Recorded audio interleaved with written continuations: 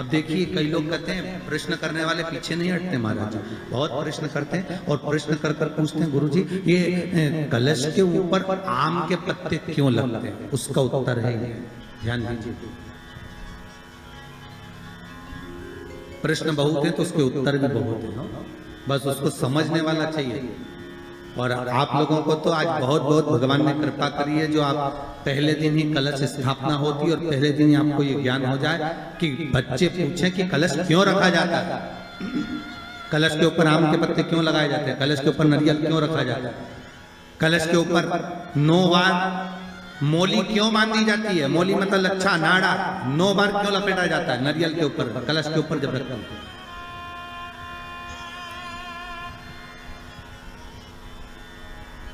कलश के ऊपर जब जब श्रीफल रखाता है, नारियल रखाता है, तो उस पर 5 बार 7 बार मोली नहीं लपेटी जाएगी, तो 9 ही बार लपेटी जाएगी। 5 या 7 बार लपेटते हैं तो कहते हैं कि लक्ष्मी की छिन्नता होती है, और वो 9 बार लपेटी जाती है तो भरपूर लक्ष्मी का भंडार भरती है। क्यों क्यों कहते हैं उसे?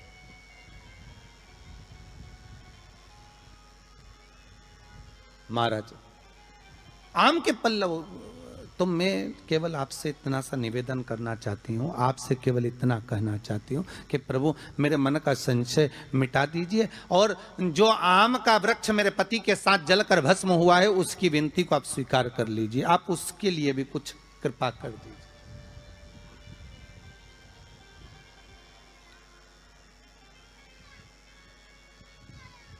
इसी को कृपा कहते हैं, इसी को करुणा कहते हैं, इसी को दया कहते हैं। भगवान बोले अब आप आई हो रति, ठीक है मांगो क्या चाहिए, बस इतनी कृपा कर दीजिए कि आम के वृक्ष का भी उद्धार कर दो।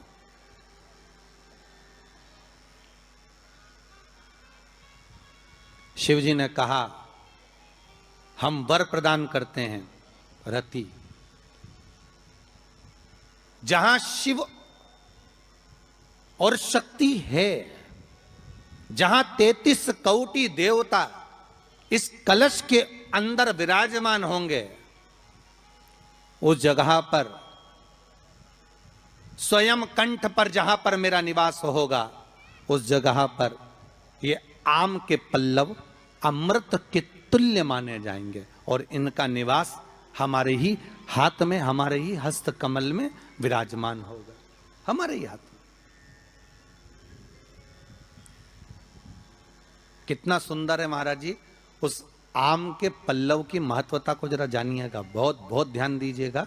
आम के पत्ते देखें आप लोगों ने, अरे बोलो जम के तो बोलो, देखें उसका प्रयोग कभी आप लोगों ने करा? आम के पत्ते का कभी प्रयोग कर कर देखिएगा। अभी तो नवरात्रि चल रही है, नवरात्रे में जब 5वां दिन नवरात्रे का रहे, चैत्री नवरात्रे का 5वां दिन रहे, और मान लो कि आपके घर में किसी बच्चे की, लड़के की या लड़की का या मंगल विवाह नहीं हो रहा हो, या शादी नहीं हो रही हो, या उस लड़के लड़की के लिए बहुत प्रयास कर लिया आपने और उसकी शादी हो ही नहीं रही, अथक प्रयास आपने कर लिया और उसका मंगल विवाह नहीं हो रहा, तो ये देवी भागवत में स्पष्ट कहा गया है, देवी भागवत में वर्णन किया गया है।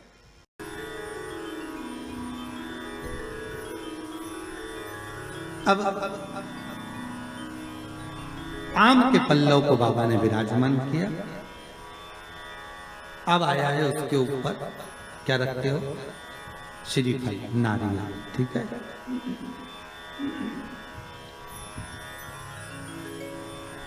नारियल कौन? अब उसका भी प्रसंग शिव महापुराण में, स्कंद पुराण में बड़ा सुंदर है, ठीक है। भगवान शंकर और पार्वती विराजमान है कैलाश पर्वत पर।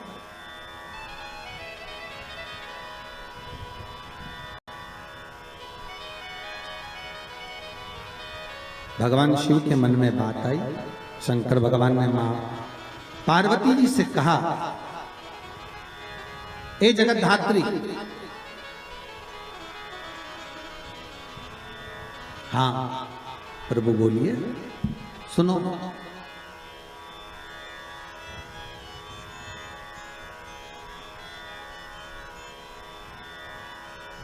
पार्वती जी का एक नाम है हेमलता। क्या नाम है? हेमलता। कई लोगों ने पूछा कि ये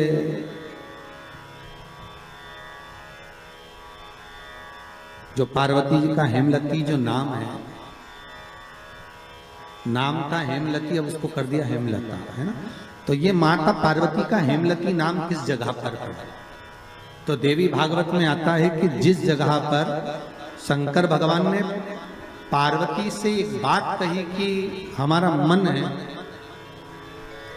कि हम दोनों बालकों की परीक्षा लें, और पार्वती जी ने जब भगवान शिव से कहा कि बच्चों की परीक्षा क्या लेना, संतान अपनी है और इनकी परीक्षा हम क्यों लें, किस लिए?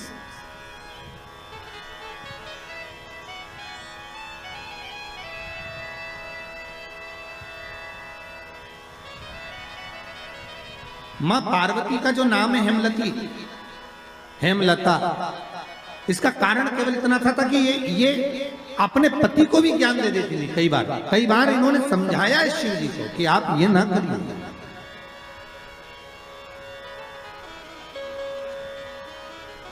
आप मत करो परीक्षा, मत करो। पर शिव तो शिव थे, बुला लिया कार्तिकेय को, गणेश जी को, और बुलाकर कहा,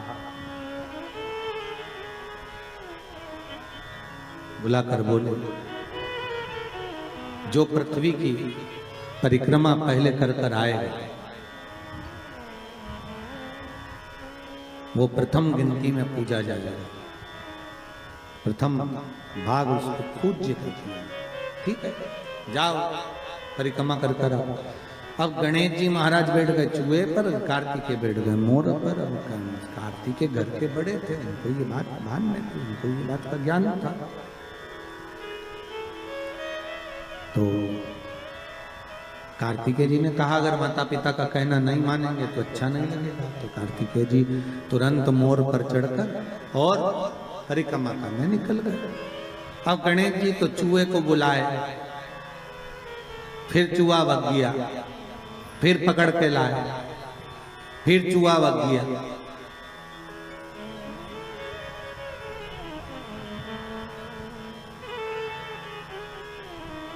अच्छा, गणेश पुराण में लिखा है नंदी और भृंगी, शंकर भगवान के ये दोनों गण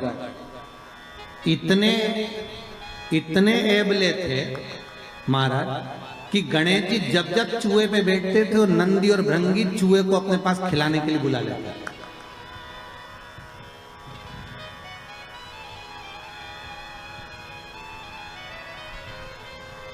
इनकी आदत थी दोनों की। अब जैसे ही परिक्रमा की बारी आई तो गणेश जी को, जैसे ही गणेश जी चूहे को बुलाए और नंदी भृंगी चूहे के सामने थोड़ा सा सामान डाले, चूहा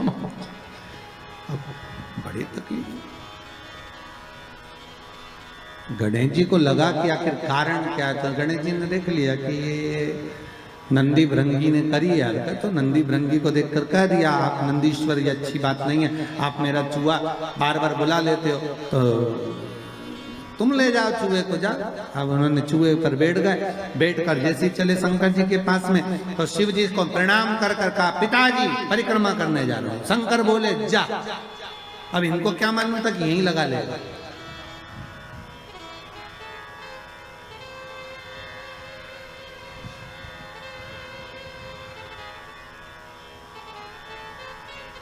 अब उनको क्या मालूम था कि यहीं लगा लेगा। होता है जैसे कि किसी एक दुबले पतले व्यक्ति को कहीं मालूम पड़े सेना में सम्मिलित कर दिया, उसको बहुत दुबला पतला,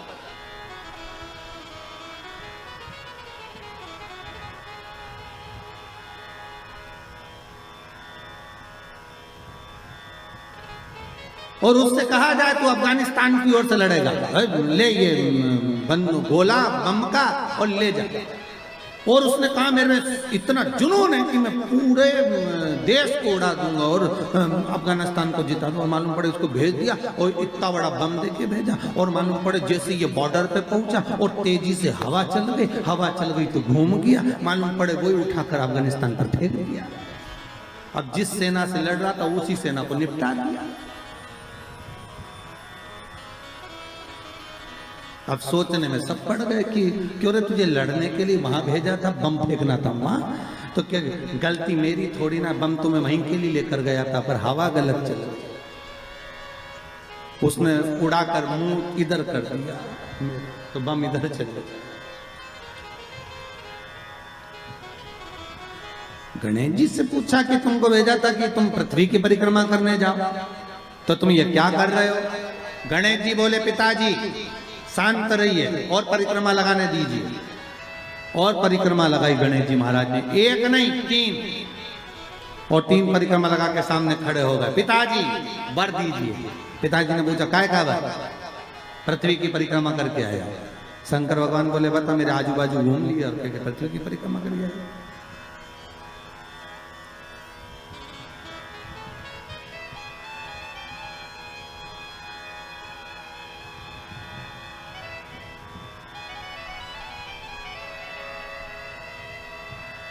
तो ये होता है कभी कभी। रामचरितमानस में केवट का चरित्र आता है ना, केवट ने राम जी को नाव में बिठाया, या घाट से लेके चले वह घाट पर जाए, वह घाट से वापस घुमा के ये घाट पे ले आए, इस घाट से उस घाट पे ले जाए, उस घाट से इस घाट पे ले जाए, बड़ा बार बार घुमा दिया वो नाव को। अच्छा केवट की नाव जो अच्छी नाव थी वो तो भगवान ने छोड़ दी थी, वो केवट की नाव में बैठे तो वो नाव भी ऐसी थी कि उसमें बीच में छेद था।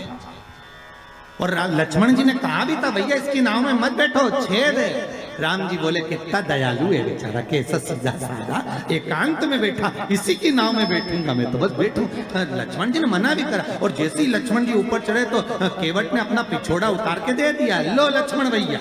लक्ष्मण जी ने पूछा ये काहे के लिए? कि नाव में छेद है, पानी भराएगा तुम भरते जाना निचोड़ते जाना।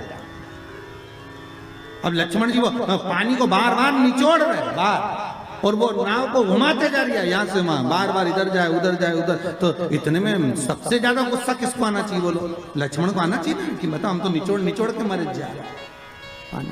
लक्ष्मण जी को जो क्रोध आया तो न राम जी को देखा, और राम जी लक्ष्मण जी की बात को जान गए। तो राम जी लक्ष्मण जी की बात को जानकर उन्होंने केवट से कहा, केवट जी प्रभु ये घाट से वो घाट, वो घाट से ये घाट 10 चक्कर लगा दिए, हम थक गए, पार क्यों नहीं उतारता? केवट बोला वाह प्रभु तुम 10 चक्कर में थक गए, हमें 84 के चक्कर में पड़ो, हम नहीं थके। राम जी बोले बहुत बेकार है, इससे मुंह मिलाना ही बेकार। राम जी नीचे बैठ गए। राम जी ने लक्ष्मण को इशारे में बोला तू बोल।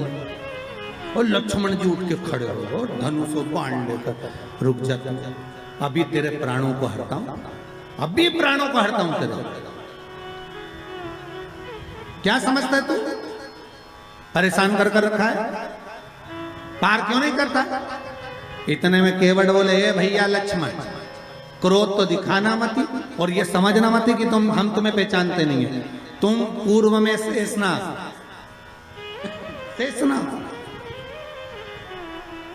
ये भगवान राम भगवान विष्णु है, और ये मैया सीता लक्ष्मी जी, ये चरण दबा रही थी, ये सो रहे थे, आप शेषनाग के ऊपर, हम कछुआ थे दर्शन करने आए, आपने इतनी तेज फुंकारा, मर गए तो केवट बन गए। तुम्हारे फुनकार से मरे तो केवट बने, और अभी भी घाटे में नहीं जाएंगे। तुम मार भी दोगे तो बेकुंठी जाएंगे, पर घाटा तुम्हारा है, हमारी कोई औलाद नहीं है। हम मर गए तो हमारी पत्नी अंतिम संस्कार भी तुमसे कराएगी, और 12वें का भोजन भी तुम्हें जिमाएगी। राम जी ने कहा लक्ष्मण नीचे बैठ जा रहे, नीचे बैठ जा तू। तब माता सीता ने कहा लक्ष्मण भाई केवट भैया पार उतारो, तब पार उतार। तो यहाँ कोई प्रसंग है, अब परिक्रमा लगा कर आकर खड़े होकर के आशीर्वाद दे दो। तो पूछा आशीर्वाद क्यों? तो कहा प्रभु हमने परिक्रमा करी, तो शंकर भगवान बोले आजू बाजू घूम लिया और क्या परिक्रमा कर, इसको कोई परिक्रमा करता है? गणेश जी बोले और नहीं तो माता पिता में आकाश, माता पिता में पाताल, माता पिता में पृथ्वी, साप तो माता पिता में ही, और सब माता पिता में, इसलिए आपकी लगा ली, सबकी हो गई। शंकर जी खुश हो गए, शंकर जी ने आशीर्वाद दे दिया। अच्छा बच्चों पर माँ बहुत देर में खुश होती है, पर पिता तुरंत पर्स खोल के 500 का नोट दे देता, जा माता और पिता में अंतर है। मम्मी पहले पूछेगी काय के पैसे चाहिए, ट्यूशन के, तो ट्यूशन के पैसे मैं दे दूंगी, पहले ट्यूशन वाली मिस का फोन तो आन दे मैडम का। मम्मी तू बार बार बस फोन का इंतजार कर दी, मैडम नेट से बोली पैसे लेके आना, मत दे। पापा के पास, पापा हाँ बेटा 500 रुपए चाहिए, काय के लिए, मैडम ने मंगाया, ये मम्मी भी माता को जा रही 50 बार बोल दिया इसको पैसे मत दिया करो, बच्चा बिगड़ जाएगा, पहले मुझसे तो पूछा करो। इतने में पति पत्नी से बोला अरे यो जगदम्बा कितनी बात पूछो तुझसे, तू शांति रख, मैंने दे दिया ना 500, देख लेंगे जो होगा। तो शंकर भगवान ने तुरंत वर दे दिया, प्रथम गिनती में तुम गिने जाओगे तथास्तु। पार्वती जी को तो मालूम ही नहीं पड़ा कि कब वर दे दिया, नहीं तो पार्वती जी तो खड़ी हो जाती। अब आ गए कार्तिक, कार्तिकेय ने आकर कहा दंडवत करता हूं पिता का, प्रणाम, हम तुम्हें देवताओं की सेना के सेनापति बनाते हैं। कार्तिकेय की आंख से अश्रु बहे। देवताओं की सेना के सेनापति, क्या मैं प्रथम गिनती में नहीं आऊंगा? नहीं, क्यों? गणेश जी ने प्रथम गिनती में आ गए, गणेश जी ने परिक्रमा कर ली, किसकी करी? हमारी। पिताजी आपने कहा था पृथ्वी की परिक्रमा कर कर जो आएगा प्रथम गिनती में गिना जाएगा, तो पहली परिक्रमा पृथ्वी की तो मैंने करी, फिर गणेश ने नहीं। पार्वती जी उड़ गई, क्या बात है कार्तिकेय? कार्तिकेय ने कहा माँ पिताजी ने गलत निर्णय दे दिया। क्या गलत निर्णय दिया? गणेश जी को प्रथम गिनती में दे दिया और मैं परिक्रमा कर कर आया, सारी बात मालूम पड़ गई कि गणेश जी ने चूहे पर बैठकर शंकर पार्वती की परिक्रमा करी, ये हुआ वो हुआ, सब मालूम पड़ गया। पार्वती मैया की आंख में से आंसू बहने लगा। पार्वती उठकर खड़ी होकर शंकर भगवान से बोली, प्रभु बहुत भोले हो आप, इसलिए आपका नाम भोला शंकर है, बहुत भोले। एक बेटे को भेज दिया पृथ्वी की परिक्रमा करना और दूसरे बेटे ने आपकी परिक्रमा करी और आपने उसे वर प्रदान कर दी। इतने भोले।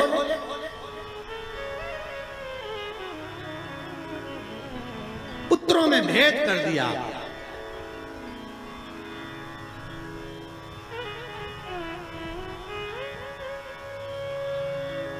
पिता भले कह देता है, बाप कह देता है मेरा बड़ा बेटा थोड़ा समझदार है, मेरा छोटा बेटा ऐसा है, मेरा मंझला बेटा ऐसा है, पिता कह देगा, पर मां हमेशा कह देगी नहीं नहीं, मैंने बराबर का दूध पिलाया है, मेरे 4 बेटे 5 बेटे 6 बेटे 7 बेटे 3 बेटे 2 बेटे मेरे सब बराबर। ये माता का शब्द। मां कभी अपने बच्चों में भेद नहीं करती।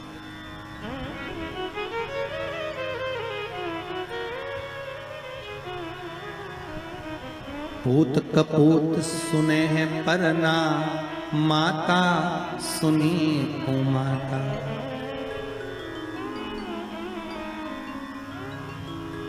मां कभी कुमाता नहीं सुनी। पूत कपूत हो सकता पर मां मां है। जगत जननी मां पार्वती खड़ी हो गई और इस कथा से बहुत सीखने को मिलता है। शिव महापुराण का यह चरित्र बहुत सिखाने के लिए है कि माता पिता की दृष्टि में कभी बच्चों के प्रति भेद न करना। कभी मत कहना माँ से निवेदन है कि मेरा बड़ा बेटा अच्छा कि छोटा अच्छा, मंजला अच्छा कि संजला अच्छा, कभी मत कहना। क्यों? क्योंकि गेंद कभी भी किसी भी पाले में जा सकती है और किसी भी बहू से पाला पड़ सकता है। आप कभी मत करो। आपके 4-5 बच्चे हैं, आप हमेशा अच्छा बोलो, मेरे बच्चे सब बढ़िया, बड़ा बेटा बहुत बढ़िया, बड़ी बहू बहुत बढ़िया, छोटी बहू बहुत बढ़िया, उससे छोटी बहुत बढ़िया, उससे छोटी बहुत बढ़िया। क्यों? अपने को करना क्या, जिस बहू के यहाँ जाओ रबड़ी खाओ वापिस आ जाओ। हमन बुरा वाला कर करना।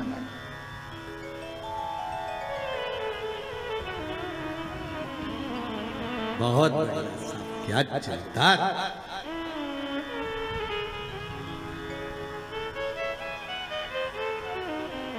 बहुत जोरदार सा, बहुत। मेरी बड़ी बहू बहुत बढ़िया, क्या जोरदार कपड़े सिलती है, क्या जोरदार दाल बघारती है। छोटी बहुत बढ़िया बच्चों को पढ़ाती है, इतनी बढ़िया पढ़ाने में, सब बच्चों को लेके बैठ जाती, पढ़ा लेती है। उससे छोटी क्या मांडना मांडती, क्या कपड़े सिलती, उससे छोटी वो भी बहुत जोरदार भोजन पकवान बनाती। जब माँ तारीफ करे तो उसके लिए सब बराबर, सब। जैसे शंकर भगवान कहाँ रहते हैं, जम के बोलिए शमशान। शमशान शिव जी का धाम, जहां पर सबकी शान सम है, उसी का नाम शमशान है। शमशान में जो जाता है वो राख का ढेर बन जाता, राख का ढेर।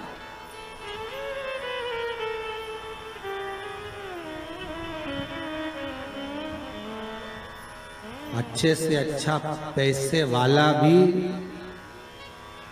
मां पहचान में नहीं आता कि ये करोड़पति है। लकड़ी की जगह नोट थोड़ी ना लगाए जाते, और गरीब भी है ना तो वहां पहचान में नहीं आता कि ये गरीब है। वहां तो एक जैसी चादर है, सफेद कपड़ा उड़ा दिया, लाल कपड़ा उड़ा दिया, चिता पर सुला दिया, आग लग गई, एक जैसी।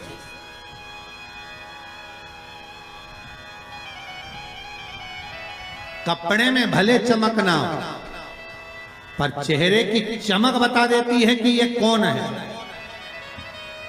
फिर वही बात कहूंगा, क्रीम की चमक 15 दिन, 20 दिन, 1 महीने रहेगी, पर अच्छे कर्म की चमक जीवन पर्यंत रहेगी। आपका कर्म हमेशा चमकता रहेगा, आप अच्छे कर्म करते रहिए। दान, पुण्य, सत्कर्म, भजन, कीर्तन, स्मरण, ये श्वास चली ना चली, अंतिम श्वास कौन सी है किसको मालूम? 21,600 श्वास में से आखिरी श्वास कौन सी है किसी को नहीं मालूम। अंतिम श्वास कौन सी है ये किसी को मालूम। थोड़ा रिटर्न बढ़ाइए भाई। अंतिम सांस कौन सी है ये किसको मालूम है?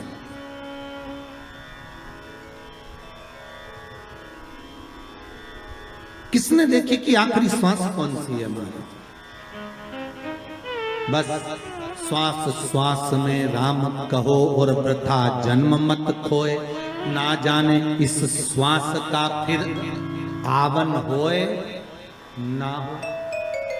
21,600 श्वास जो मनुष्य के शरीर से प्रतिदिन निकल रही है, हर श्वास को ऐसे भजना भगवान का नाम कि अंतिम कौन सी हो।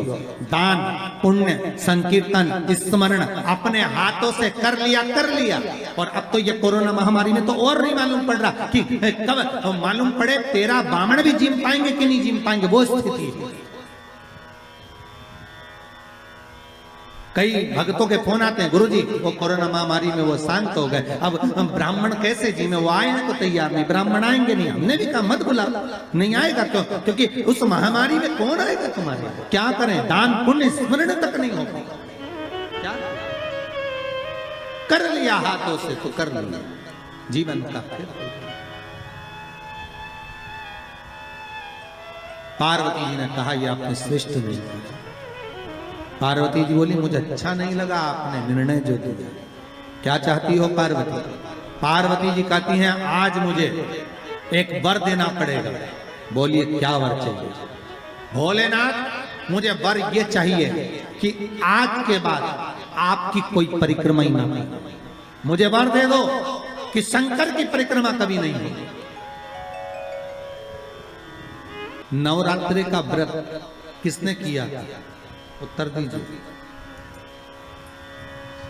सबसे पहला नवरात्रि का व्रत, नवरात्रि की उपासना सबसे पहले किसने करी थी? भगवान राम ने। अश्विन के नवरात्रि में भगवान राम ने 9 दिन तक कलश की स्थापना कर लंकाधिपति रावण को मारने के लिए मां जगत जननी की आराधना करी। भगवान राम ने मां जगत जननी की आराधना, मां जगदम्बा की आराधना। और कहते हैं मेरे राम ने प्रतिदिन मां आद्य शक्ति को निमंत्रण दिया और मां जगतजननी से विनती निवेदन कर कर कहा कि आपको प्रतिदिन आना पड़ेगा। इसलिए देवी भागवत में लिखा है कि नवरात्रि में एक दिन, जैसे प्रतिपदा है, पहला दिन है तो एक कन्या का पूजन करो, द्वितीया है तो 2 कन्या का पूजन करो, तृतीया है तो 3 कन्या का पूजन करो, चतुर्थी है तो 4 कन्या का पूजन करो, पंचमी है 5 कन्या का पूजन करो, छठ है 6 कन्या का पूजन करो, सप्तमी है 7 कन्या का पूजन करो, अष्टमी है 8 कन्या का पूजन करो, नवमी है, जम के बोलो, 9 कन्याओं का पूजन करो। और अगर इस तरह से आप पूजन नहीं कर सकते नवरात्रि में, तो 9 कन्याओं का पूजन एक साथ या तो अष्टमी के दिन या नवमी के दिन कर दो, या मध्य में, बीच में भी आप कर सकते हो एक साथ। पर अगर आपकी कोई कामना है, आपकी कोई इच्छा है, मालूम पड़े, जैसे कई लोग कहते हैं कि हमारी इच्छा है, हमारी वो मकान नहीं बिक रहा, या हमारी वो जमीन नहीं खरीदी जा रही, या हमारी कोई कंपनी नहीं डल रही, या हमारे काम में ये अड़चन आ रही है, तो नवरात्रि में, 4 नवरात्रि में से किसी भी नवरात्रि में आप नियम बना लो कि एक कलश की स्थापना कर कर एक दिन में एक कन्या का पूजन कर कर उसको भोजन कराना, लाल वस्त्र देना, लाल चुनरी देना, दूसरे दिन में 2 कन्याओं का पूजन कर कर लाल वस्त्र ओढ़ाना, लाल चुनरी देना, तीसरे दिन में 3, चौथे दिन में 4, 5वें दिन में 5, ऐसे 7-9 दिन तक एक एक कन्याओं के क्रम को बढ़ाते बढ़ाते बढ़ाते बढ़ाते आप उस पूजन का विधान प्रबल कर सकते। आज किसी का फोन था सुबह, तो कोई कह रहे थे कि हमें गुरुजी से बात कराओ, तो समीर जी ने बताया कि फोन आया था और वो बोल रहे थे कि हमें नवरात्रि में अगर मान लो कोई साधना करना हो तो कौन सी साधना करना चाहिए, हम किसकी आराधना करें, हम 9 दिन तक किसकी साधना करें। तो अगर बन सके तो देवी भागवत में सबसे सुंदर साधना यही है कि हम एक दिन में एक कन्या के चरण धोकर पूजन कर कर उस कन्या को भोजन कराकर उसका स्मरण करें। हाँ, ये जरूर है अभी कोरोना महामारी चल रही है तो इस नवरात्रि में भले ना करें, पर आगे की नवरात्रि में जब नवरात्रि अच्छे रहे, कोरोना से मुक्त रहे, तब आप किसी कन्या को एक दिन में 1, 2 दिन में 2, 3 दिन में 3, 4 दिन में 4, 5 दिन में 5, ऐसे नवरात्रि 4 बार जो नवरात्रि आती, किसी भी नवरात्रि में आप स्मरण कर उसका फल मिलेगा।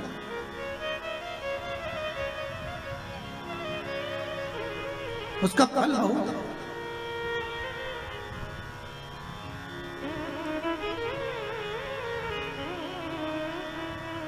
जैसे बेलपत्री का किया गया दान छिन्न नहीं माना गया। किस चीज का दान? जम के बोलिए जरा। बेलपत्री। बेलपत्री का किया गया दान छिन्न दान नहीं है, समाप्ति नहीं होती। बेलपत्री अगर आपने कोई आपसे कहा जी जी तुम्हारे यहाँ बेलपत्री लगी है, जरा 8-10 दे दोगी क्या? बिल्कुल।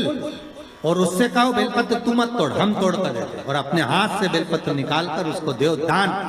ये छिन्न दान नहीं है, ये समाप्त नहीं होता। ये बेलपत्र का दान अविरल दान बढ़ता है। लिंग पुराण की कथा कहती है, और अगर आपने बैसाख मास की कथा को श्रवण कराओ, बैसाख की एक कथा होती है, उसको अगर आपने श्रवण कराओ तो उसमें वर्णन आता है कि घर के अंदर जहां पर आप पानी पीते हो, जिस स्थान पर अन्नपूर्णा निवास करती है, जिस स्थान पर अन्नपूर्णा का वासा होता है, रसोई घर में जहां पर भोजन बनता है, उस स्थान पर काला मटका नहीं रखा जाता। काला हंडा, काला मटका उस स्थान पर नहीं रखते। पर आज फैशन के हिसाब से, अरे साहब वो ये मटका थोड़ा कम ठंडा पानी देगा तो ये मटका ज्यादा ठंडा पानी देगा, तो उसको काले मटके को रखें। पर हमारा शास्त्र कहता है काला मटका लोग रखते कहाँ थे? पहले जो शास्त्र रीति थी, उस काले मटके को रखते थे जब मकान बनता था, जब प्रॉपर्टी बनती थी, जब जमीन बनती थी, जब जायदाद बनती थी, संपदा बनती थी, तो उस स्थान पर उस काले मटके को केवल नजरोटे के लिए, केवल हाय के लिए, केवल नजर के लिए रखा जाता था। उसको लोग लेना पसंद नहीं करते। पर आज के व्यक्ति को अगर कह दिया जाए कि ये 2 मटके रखे हैं साहब, लाल भी है और काला भी है, तो कौन सा पसंद करेगा? वो काला वाला ही दे दीजिए साहब, ये पानी ज्यादा ठंडा करेगा, उसकी श्रेष्ठता रहेगी। नहीं, शिव पुराण कह रही, भगवान कुंभ का निर्माण कर रहे हैं, भगवान कलश का निर्माण कर रहे हैं, और भगवान स्वयं ब्रह्मदेव कर रहे हैं कि आप ऐसा निर्माण कर दो जिसमें 33 कोटि देवता स्वतः विराजमान हो जाए। तो भगवान ने उस कलश का निर्माण कर दिया। अब कलश का निर्माण करा तो स्वयं भगवान ब्रह्मदेव बोले, प्रभु इस कलश के अंदर मेरा स्थान कहां है? मेरा स्थान कहां है?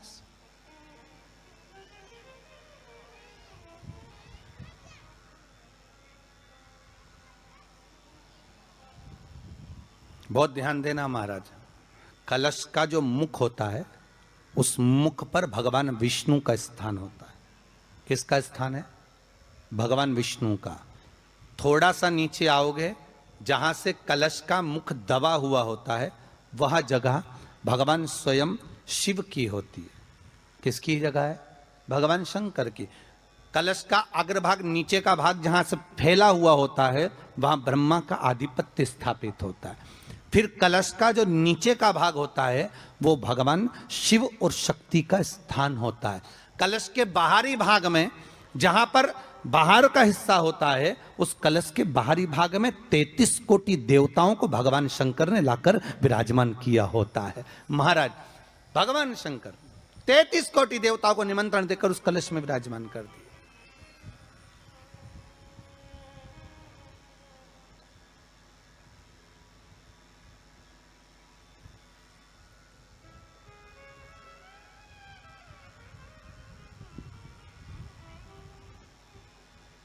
कितना सुंदर लिखा है देवी भागवत के अंदर कि जहां कलश की स्थापना होती है उस जगह पर किसी देवताओं को बुलाने की जरूरत नहीं होती। 33 कोटि देवता उस जगह पर स्वतः विराजमान हो जाते हैं। स्वयं 33 कोटि देवता स्वयं वहां विराजमान। और कितनी महत्वता कलश की महाराज। आप लोगों से भी निवेदन है, क्षेत्रीय प्रतिपदा है आज, जिनके घर में ज्यादा रोग हो, बीमारी हो, ज्यादा तकलीफें आ रही हो, कष्ट बढ़ रहा हो, बीमारियां बढ़ रही हो, या भय लग रहा हो, डर लग रहा हो, हृदय चित्त में कहीं ना कहीं आपको भय का भान हो रहा हो, तो एक लोटा पानी एक कलश में जल भर कर रख लीजिए और रात भर उसको रखे रहने दो। नवरात्र चल रहा है, उस कलश को रात भर रखकर सुबह सुबह उस कलश में एक बेलपत्र डालकर उस जल को नीम के पेड़ के नीचे, जहां चैत्री नवरात्रे में नीम के पेड़ के नीचे सारी विद्याएं, आद्य शक्तियां, सारी देवी उस नीम के पेड़ के नीचे विराजमान रहती हैं। उस कलश में एक बेलपत्र डालकर रात भर रखकर उस जल को पूरे घर में घुमाकर उस नीम के पेड़ के नीचे समर्पित कर दीजिए महाराज। घर में भय लगना बंद हो जाएगा, कोई बड़ी बीमारी आपको घेरेगी नहीं और उस बीमारी से, उस रोग से आप मुक्त रहेंगे।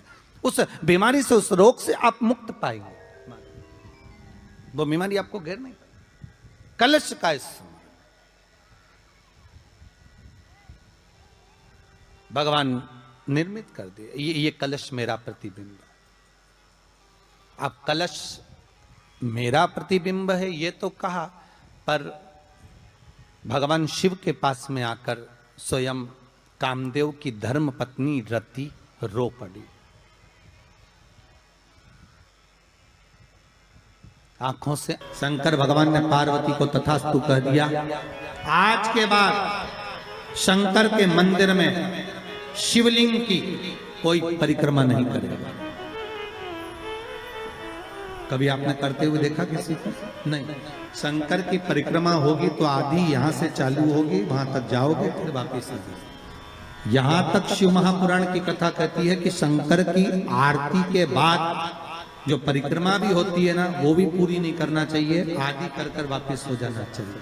शिव की आरती के बाद कई लोग शंकर जी की आरती उतारने के बाद जब परिक्रमा करते हैं ना, आरती की थाली लेकर चारों तरफ घूमते हैं, उसको भी आधा घूमो और आधे में वापिस।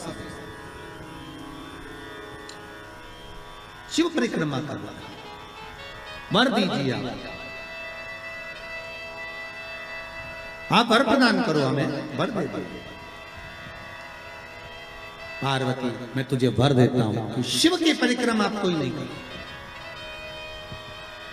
और अगर शंकर की परिक्रमा कोई भूल से भी करेगा तो उसको दोष लगेगा, उसका पुण्य छिन्न होगा। इसलिए शंकर की परिक्रमा लोग नहीं करते, क्योंकि उनने जो दान करा, पुण्य करा, सत्कर्म करा, भजन करा, कीर्तन करा, उसका पुण्य धीरे धीरे धीरे धीरे समाप्त होते चले जाता है, उस पुण्य की क्षीणता होती चली जाती।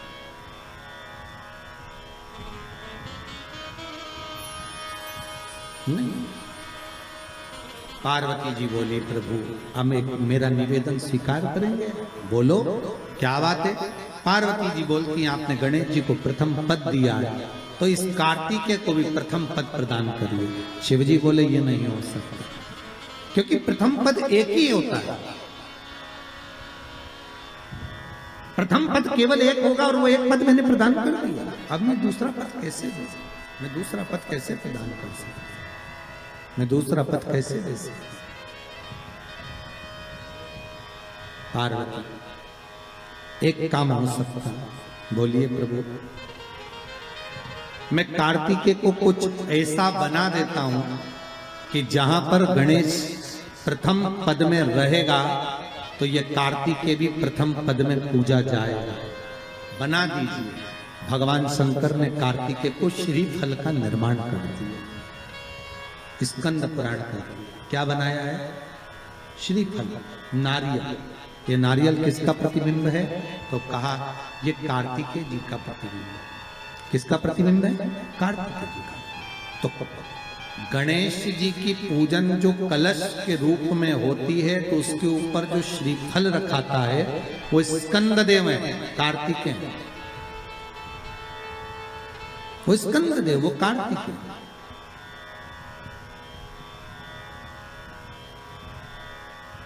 जो रखाया गया फल है वो कार्तिकेय का प्रतिबिंब है। अगर प्रथम में गणेश पूजाएगा तो ये कार्तिकेय भी पूजाएगा। इसलिए श्रीफल महाराज, श्रीफल कार्तिकेय का प्रतिबिंब है। सारी 33 कोटि देवताओं की सेना का सेनापति कार्तिकेय सारे ग्रहों को शांत करने के लिए, कार्य को सिद्ध करने के लिए, कार्य की सफलता के लिए, व्यक्ति की मनोकामना पूर्ण करने के लिए कलश के ऊपर क्या रखा जाता है, जम के बोलिए, नारियल, श्रीफल रखा जाता है, जो कार्य की सफलता प्रदान। निरंतर टीवी चैनलों के माध्यम से श्रवण करते रहे हैं। शंकर को रिझाने का कोई बहुत विशालतम कोई प्रयोग नहीं है। शंकर को रिझाने के लिए कहीं कैलाश पर्वत पर जाकर नहीं बैठना हमको।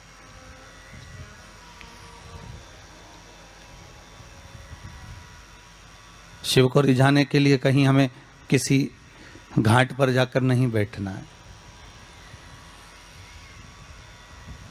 शंकर को रिझाने के लिए केवल इस मन को थोड़ा सा कैलाश की ठंडाई जैसा बनाना है। शिव को रिझाने के लिए थोड़ा सा इस हृदय को, इस चित्त को, इस वृत्ति को गंगा का घाट बनाना है कि ज्ञान की धारा जब बहती बहती जाए, उसी तरह हमारे भीतर भी भक्ति की धारा निरंतर बहती हुई जाए।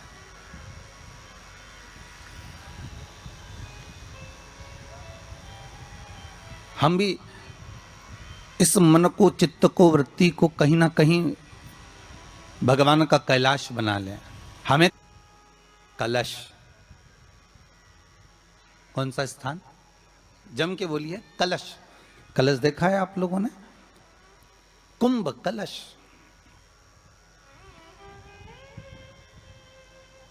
उस कलश में हे पार्वती, जहां शंकर है वहां तू भी विराजमान होगी, और केवल एक रूप में नहीं, सारी विद्याओं के रूप में तू उसमें संजू रहेगी। केवल एक कलश। आज नया संवत्सर है, नूतन वर्ष है। पूरे भारत की भूमि पर और मेरे भारत के जो मानव है, जहां जहां निवास कर रहे हैं, विदेश में भी, पूरी भारत की भूमि पर आज के दिन लोग देवी जी की स्थापना करते हैं तो क्या स्थापना में क्या रखते हैं? कलश रखते हैं ना। तो कलश किस लिए रखा जाता है? कलश का क्रम क्या है? अपन ने अभी तक कथाओं में बहुत सुना शिव महापुराण में कि दिए का महत्व क्या है, अपन ने सुना दही का महत्व क्या है, जल का महत्व क्या है। पूरी शिव महापुराण में अपने अलग अलग महत्व को जाना है। पर यह नवरात्रे में जो शिव महापुराण की कथा शुरू हो रही है, नवरात्रे में जो शिव महापुराण की कथा को हम श्रवण करने के लिए बैठे हैं, इसमें हमारा एक संशय और मिटना चाहिए कि भारत की भूमि पर जब मां आद्य शक्ति की स्थापना होती है, मां जगतजननी को जब विराजमान किया जाता है, या चैत्र नवरात्रे में, शरदीय नवरात्रे में, आषाढ़ी नवरात्रे में, आदिकादिक पौष नवरात्रे में हम शंकर की, हम जगतजननी जगदम्बा की जब स्थापना करते हैं, या हम नूतन घर का प्रवेश करते हैं, या गणेश जी की स्थापना करते हैं, या कोई दुकान को प्रवेश करते हैं, या कोई शुभ कार्य करने के लिए अग्रण्य होते हैं, तो हम कलश की स्थापना क्यों करते हैं? आज शिव महापुराण में शुरुआत में अपन शिव और पार्वती की यही संवाद को लेकर चलते हैं।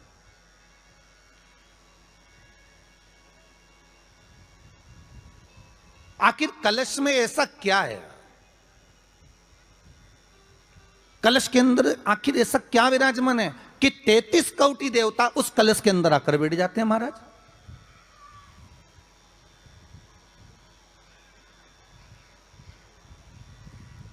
आप कोई यज्ञ करने जा रहे हो, आप कोई पोथी पुराण करने जा रहे हो, आप कोई अच्छा कार्य करने जा रहे हो, तो ब्राह्मण देवता कह देते कलश की स्थापना होगी, कलश की शोभा यात्रा निकलेगी, कलश यात्रा निकलेगी, कलश विराजमान होगा। और आज हर की पौड़ी पर, प्रयागराज में, या उज्जैनी में, नासिक में जो बड़े बड़े कुंभ के मेले होते, कुंभ का मतलब भी तो कलश से होता है। उसकी महत्वता क्यों है? उस कुंभ की, उस घड़े की महत्वता कहां से प्रकट हो गई? शिव महापुराण की कथा कहती है महाराज, भगवान औघड़दानी शंकर स्वयं आद्य शक्ति जगदम्बा से कहते हैं कि जगदम्बा तू क्या चाहती है बोल। तो जगतजननी जगदम्बा कहती है कि जहां मैं हूं वहां शंकर है। ये आपने कह दिया, पर जहां शंकर है वहां पार्वती का होना जरूरी है। उसके लिए सिद्ध करने के लिए एक स्थान ऐसा बनाया जाए जहां पर शंकर विराजमान है और शंकर के साथ पार्वती विराजमान है। तो शिव जी ने कहा, पार्वती उसके लिए मैं तुझे एक सुंदर कलश का निर्माण कर देता हूं। दुनिया का रचनाकार, दुनिया की रचना करने वाले महाराज, संपूर्ण ब्रह्मांड की रचना करने वाले, जिनको भगवान शिव ने स्वयं ब्रह्मदेव से कहा है कि ब्रह्मा जी तुम सृष्टि खंड को आगे बढ़ाइए, सृष्टि की रचना करिए। और आज ही के दिन, यही चैत्रीय प्रतिपदा के दिन, यही इसको कहते हैं नया संवत्सर, नया वर्ष। हिंदू धर्म में क्यों कहा जाता है? आज ही के दिन ब्रह्मा जी ने महाराज सृष्टि की रचना करना प्रारंभ करा था। आज ही के दिन भगवान शिव और ब्रह्मा का संवाद हुआ था। सीधे भगवान शंकर ब्रह्मदेव के पास जाकर बोले थे, हे ब्रह्मदेव आप सृष्टि की रचना करिए। तो ब्रह्मा जी ने पूछा था, सारे नक्षत्र आपने बनाए, सारे दिन आपने बनाए, सारी घड़ियां आपने बनाई, सारा पल आपने बनाया, मनुष्य की श्वास गिनती, काउंटिंग, अर्थात मनुष्य के शरीर की रोमावली, ये सब आपने निश्चित करी है। मनुष्य की कितनी धड़कन चलेगी, कितनी श्वास चलेगी, 21,600 श्वास जो मानव के शरीर से प्रतिदिन निकल रही है, 3.5 करोड़ रोम छिद्र जो मनुष्य के शरीर में बने हुए हैं, ये संपूर्ण बनाने वाले आप हो। एक एक घड़ी, एक एक पल, एक एक नक्षत्र, एक एक समय बनाने वाले आप हो। हर श्वास को बनाने वाले आप हो। तो आपसे मुझे कहना है कि एक निर्माणकर्ता ब्रह्मदेव, आप ब्रह्मा जी कर रहे हैं, तो एक काम करो ना कि सृष्टि की रचना भी आप करो। भगवान ब्रह्मा ने शिव जी से कहा कि सृष्टि की रचना आप करिए।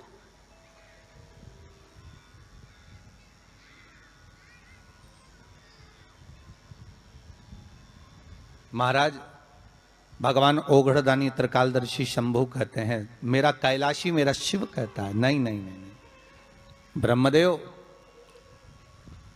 सृष्टि की रचना करने को तो हम कर दें, मना नहीं है, पर भगवान विष्णु की नाभि से आप प्रकट हुए हो। भगवान शेषनाग की सैया पर शयन कर रहे हैं, और भगवान जब शेषनाग की सैया पर शयन कर रहे हैं, उस शेषनाग की सैया से सोते हुए भगवान ने अपने नाभि कोश से आपको प्रकट करा है कमल के पुष्प के ऊपर। और आप भगवान की अंतः नाभि में, ब्रह्मदेव ना जाने हजारों वर्ष तक आप नाभि में प्रवेश करते गए, हजारों वर्ष तक आप नाभि के अंदर जाकर साधना करते रहे, और साधना करने के बाद भी आपको यह पता ना चल पाया कि आपका प्रागट्य बिंदु क्या रहा।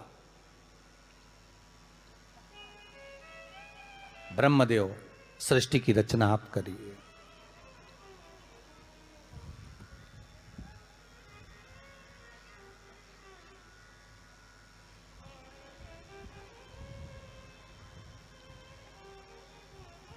ब्रह्मा जी कह रहे हैं, नाथ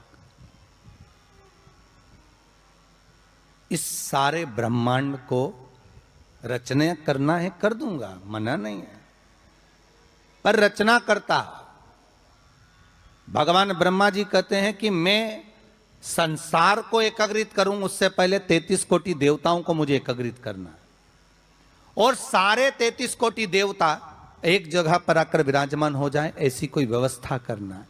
शंकर भगवान ने कहा, बनाओ ब्रह्मदेव, तुम निर्माण करो। ब्रह्मा, शास्त्र कहता है कि भगवान शिव स्वतः, शंकर तो शंकर है, भगवान शंकर ने एक मट्टी का सुंदर सा भाग ढेला एकत्रित करा, उस ढेले से भगवान ने एक सुंदर कुंभ का निर्माण करा, एक सुंदर कलश का निर्माण करा।